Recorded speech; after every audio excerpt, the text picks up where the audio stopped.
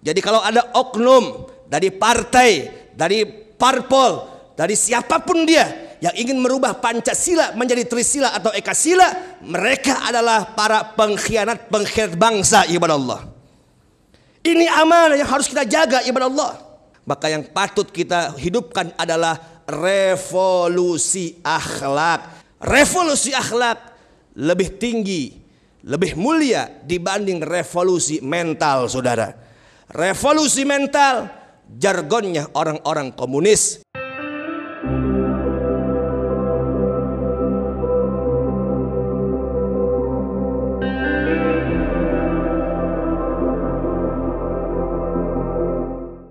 Ibadallah, setelah puja-puji syukur kita panjatkan kepada Allah Subhanahu wa taala, salawat beserta salam telah kita sampaikan kepada junjungan kita Nabi besar Muhammad sallallahu alaihi wasallam. Maka di atas mimbar yang berbahagia ini, di tempat yang insyaallah penuh dengan rahmat Allah ini, saya selaku khatib berwasiat kepada diri saya pribadi dan segenap kaum muslimin untuk senantiasa meningkatkan iman dan takwa kepada Allah Subhanahu wa taala. Karena iman dan takwa itulah yang akan mengantarkan kita kepada kebaikan di dunia dan di akhirat. Tanpa iman dan takwa, jangan mimpi kita akan meraih kebaikan di dunia, apalagi kebaikan di akhirat, ibadallah. Ma'asyiral muslimin rahimakumullah. Bersyukurlah kita memiliki nabi yang besar, yaitu seorang manusia besar yang memiliki akhlak serta budi pekerti yang besar, yang memiliki jiwa yang besar, karena ia dibesarkan oleh yang maha besar, tidak lain dan tiada bukan adalah Nabi besar Muhammad sallallahu alaihi wasallam. Karena itu saya mengajak kepada segenap kaum muslimin sedang Jumat yang berbahagia untuk tidak ragu-ragu lagi menjadikan Nabi Muhammad sebagai panutan kita, sebagai idola kita, sebagai uswatun hasanah untuk kita ikuti sebagai umatnya, saudara. Karena apa yang datangnya dari Nabi, min qaulin au fi'lin au takririn, baik dari ucapannya, perbuatannya atau ketetapannya, itu merupakan contoh untuk kita sebagai umatnya, ibadallah. Ma'asyiral muslimin rahimakumullah. Oleh karena itu, jangan sekali-kali kita mengkhianati Rasulullah sallallahu alaihi wasallam. Karena kecintaan kepada Nabi tidak cukup untuk diucapkan dalam lisan kita. Cinta kepada Nabi harus diikuti dengan mengikuti jejak Rasulullah sallallahu alaihi wasallam. Cinta tanpa bukti namanya cinta palsu. Cinta tanpa bukti namanya cinta dusta. Cinta tanpa bukti namanya cinta bohong, ibadallah. Oleh karenanya Allah memberikan warning kepada kita sebagai umat Nabi Muhammad sallallahu alaihi wasallam, ya ayyuhalladzina amanu la takhunullaha war rasul wa takhunu amanatikum wa antum ta'lamun. Shadaqallahul azim. Allah mengatakan, hai orang-orang yang beriman, la takhunullah, janganlah engkau mengkhianati Allah, wa takhunur rasul, dan jangan mengkhianati rasulmu, wa takhunu amanatikum, dan mengkhianati amanah yang telah manusia berikan kepadamu, ibadallah. Dari sini kita bisa melihat ada 3 bentuk pengkhianatan. Yang pertama, khianat kepada Allah. Bagaimana bentuk pengkhianatan kepada Allah? Tarku faraidih wa awamirih, yaitu dengan meninggalkan kewajiban-kewajiban agama dan meninggalkan perintah-perintah Allah Subhanahu wa taala. Allah perintahkan kita salat, kita tidak salat. Allah perintahkan kita puasa Ramadan, kita tidak puasa Ramadan. Allah perintahkan kita bayar zakat yang mencapai nisab dan haulnya, kita tidak keluarkan harta kita, saudara. Maka orang yang tidak melaksanakan perintah Allah, meninggalkan kewajiban-kewajiban ibadah, maka dia adalah pengkhianat Allah Subhanahu wa taala. Karena itu marilah bentuk kecintaan kita kepada Allah dan Rasulnya tunjukkan dengan semangat kita beribadah kepada Allah Subhanahu wa taala. Kemudian yang kedua, janganlah kita menjadi pengkhianat kepada Rasulullah sallallahu alaihi wasallam. Apa bentuk pengkhianatan kepada Nabi? bentuk khianat kepada Nabi adalah ihmalu sunanih, dengan meremehkan sunnah yang dibawa oleh Nabi besar Muhammad sallallahu alaihi wasallam. Kita mengaku cinta kepada Nabi, mengaku cinta kepada Rasul, tapi tidak mau mengikuti sunnah Nabi, berarti kita adalah pengkhianat kepada Rasulullah sallallahu alaihi wasallam. Dalam hadis qudsi disebutkan, saudara, "Lau salaku ilayya kulla tariqin wastaftahu alayya kulla babin ma fatahtu lahum hatta ya'tu khalfaka ya Rasulullah." Allah mengatakan, andaikan manusia dari zaman Nabi Adam sampai zaman sekarang ini, mereka berkumpul dan memohon kepada Allah, "Ya Rabb, ya Allah, bukakan pintu surga." Ma fatahtu lahum, aku tidak akan bukakan pintu surga hatta ya'tu khalfaka ya Rasulullah, sampai manusia-manusia tadi datang di belakang barisan Nabi besar Muhammad sallallahu alaihi wasallam. La yadkhulul jannata man kafara bi Muhammadin, tidak akan masuk surga orang yang tidak mengikuti sunnah Nabi besar Muhammad sallallahu alaihi wa alihi wasallam. Karenanya marilah hidupkan sunnah-sunnah Nabi dari yang terkecil sampai yang terbesar. Bagaimana cara makannya Nabi, cara minumnya Nabi, cara berpakaiannya Nabi, cara berdagangnya Nabi, cara berbisnisnya Nabi, cara berumah tangganya Nabi, cara berpolitiknya Nabi, sampai cara bernegaranya Nabi besar Muhammad sallallahu alaihi wa alihi wasallam. Ma'asyiral muslimin rahimakumullah. Nabi memperjuangkan Islam agar sampai kepada kita penuh dengan pengorbanan ibadah Allah. Nabi korbankan segalanya untuk Islam agar sampai kepada kita. Nabi korbankan tenaganya, waktunya, pikirannya, hartanya, bahkan nyawanya agar Islam sampai kepada kita ibadah Allah. Walaupun resikonya begitu besar, Nabi diteror, Nabi diancam, Nabi diintimidasi, pengikutnya dianiaya, bahkan nyawanya terancam untuk dibunuh, tapi Nabi tidak mundur selangkah pun juga untuk menegakkan syiar dakwah Islam ini ibadah Allah. Nabi ditawari dengan 3 pilihan: harta, tahta, wanita. Nabi tolak semuanya ibadah Allah. Nabi tolak jabatan, Nabi tolak harta, Nabi tolak tawaran perempuan. Law wada'u syamsa fi yamini wal qamara fi yasari ala an atruka hadzal amr ma fa'altu. Apa jawaban Nabi? Hei orang kafir Quraisy, jangankan kau memberikan harta, jangankan kau memberikan kedudukan, jangankan kau menawarkan perempuan, andaikan matahari diletakkan di tangan kananku, bulan di tangan kiriku untuk meninggalkan dakwah Islam, demi Allah tidak pernah akan aku tinggalkan, saudara. Itulah komitmen Sayyiduna Muhammad sallallahu alaihi wasallam. Sekali dakwah Islam sampai mati tetap melaksanakan dakwah Islam ibadah Allah. Ini yang patut kita ikuti dari Nabi Muhammad sallallahu alaihi wasallam. Kewajiban kita di akhir zaman, ikutilah sunnah Nabi, ikutilah Rasulullah sallallahu alaihi wasallam, dan tidaklah kita meninggalkan dunia ini kecuali masih tetap menjaga agama Islam, menjaga akidah kita, tidak menjual demi secuil dunia ibadah Allah.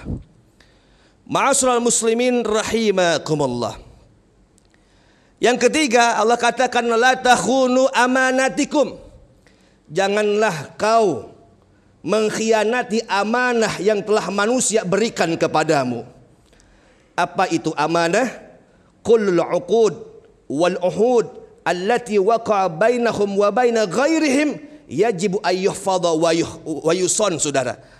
Yaitu segala macam akad, segala macam kesepakatan yang telah disepakati oleh dua belah pihak yang harus dijaga, tidak boleh dikhianati ibadah Allah. Itu merupakan amanah.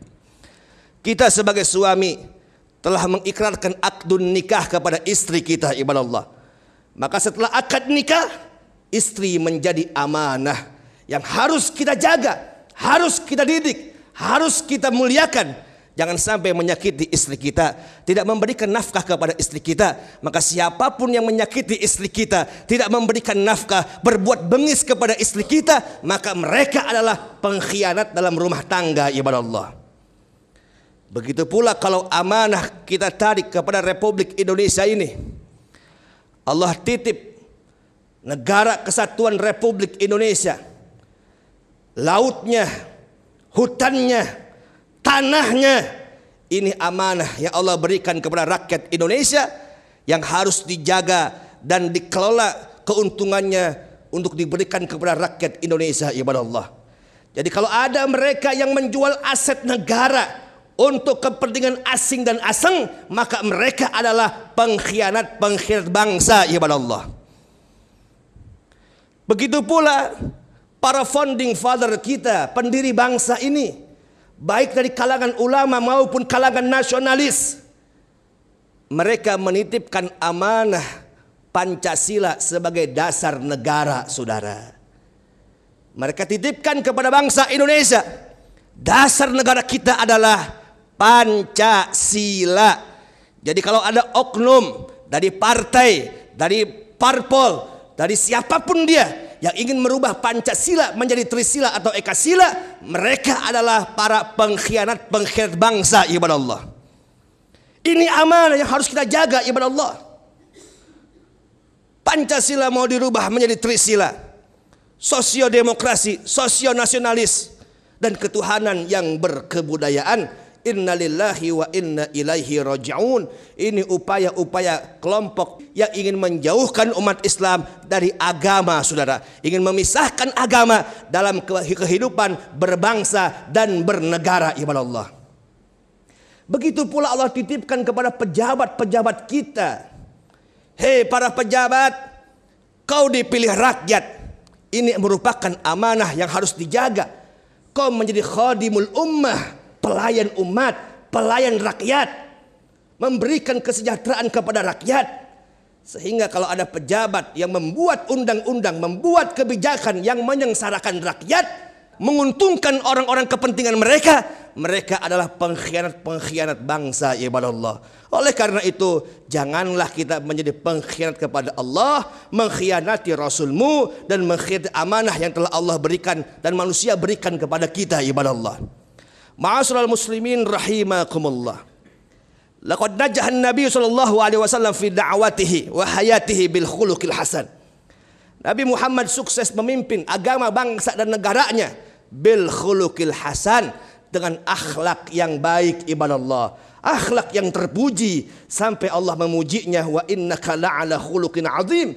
Wahai kau Nabi, wahai kau Rasul, wahai kau Muhammad, kau memiliki akhlak yang terpuji, akhlak yang agung, ibadah Allah. Satu pujian yang belum pernah Allah puji nabi-nabi sebelumnya, karena Nabi kita Sayyiduna Muhammad sallallahu alaihi wasallam memiliki akhlak, saudara, yang baik, baik zahirnya maupun batinnya, ibadah Allah.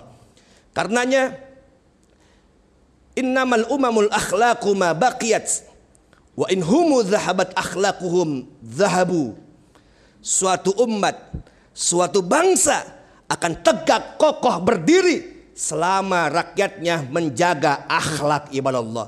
Tapi kalau akhlak sudah rusak, akhlak sudah bejat, maka tunggulah kehancuran bangsa dan negaranya. Maka yang patut kita hidupkan adalah revolusi akhlak. Bagaimana kita bisa merubah secara drastis sesuatu sifat, perbuatan, perkataan yang masih jauh daripada kebiasaan yang baik untuk lebih baik, ibadah Allah. Kenapa harus revolusi akhlak? Karena itulah menjadi visi kenabian Nabi Muhammad SAW, yaitu Nabi mengatakan innama bu'itsu liutammima makarimal akhlak. Tidaklah aku diutus ke muka bumi ini melainkan untuk menyempurnakan akhlak manusia, ibadah Allah. Revolusi akhlak lebih tinggi, lebih mulia dibanding revolusi mental, saudara. Revolusi mental jargonnya orang-orang komunis, jargonnya orang-orang sosialis. Kalau mereka bisa menghidupkan revolusi mental, kenapa umat Islam, kenapa ulama, kenapa habaib tidak boleh menyuarakan revolusi akhlak sesuai dengan visi Nabi kita Sayyiduna Muhammad sallallahu alaihi wasallam. Revolusi akhlak adalah ziyadatul khair wa ta'ah, bertambahnya ketaatan dan bertambahnya kebaikan, ibadah Allah. Kalau sebelumnya kita masih maksiat, meninggalkan sholat, meninggalkan puasa Ramadan, maka ayo revolusi akhlak kita agar rajin sholat, ibadah Allah. Sebelumnya kita jarang mengaji, nggak pernah buka Quran, nggak pernah baca Quran. Ayo revolusi akhlak kita untuk sering mengaji, saudara. Sebelumnya kita sering berbohong, menipu orang, saudara, berbuat culas kepada orang. Ayo revolusi akhlak untuk kita berkata jujur, berkata baik sesuai tuntunan syariat Islam yang dibawa oleh Nabi kita Sayyiduna Muhammad sallallahu alaihi wa alihi wasallam.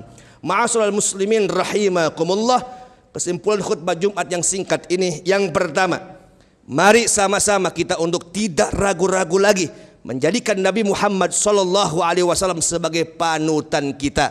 Apa yang datangnya dari Nabi pasti benar. Apa yang datangnya dari Nabi pasti terjadi. Apa yang datangnya dari Nabi pasti terbukti. Karena Nabi bukan dukun, Nabi tidak meramal, Nabi tidak menebak-nebak, Nabi tidak memprediksi, tapi yang datangnya dari Nabi bersumber dari wahyu Allah Subhanahu wa taala. Wa ma yantiqu 'anil hawa in huwa illa wahyu yuha. Tidaklah Nabi mengucapkan satu ucapan pun melainkan datangnya asalnya sumbernya dari wahyu Allah Subhanahu wa taala. Yang kedua, mari sama-sama hidupkan dan tegakkan kewajiban agama kita. Kalau Allah perintahkan sholat, ayo sholat. Allah perintahkan kita berkata jujur dan adil, ayo berkata jujur dan adil ibadah Allah. Dan hidupkan sunnah Nabi besar Muhammad sallallahu alaihi wa alihi wasallam. Dan yang terakhir, mari kita apapun profesinya, jagalah amanah yang telah manusia berikan kepada kita. Insya Allah kalau kita menjaga amanah yang telah diberikan kepada kita, Allah akan berikan keberkahan. Allah berkahi presidennya, Allah berkahi rakyatnya, Allah berkahi ulamanya, Allah berkahi polisinya, Allah berkahi tentaranya, manakala kita menjaga amanah ibadah Allah. Amin ya rabbal alamin. Barakallahu lakum fil Qur'anil azim wa nafa'ani wa iyyakum lima fihi wa dzikril hakim. Aqulu qawli hadza wastaghfiruh innahu huwat tawwabur rahim.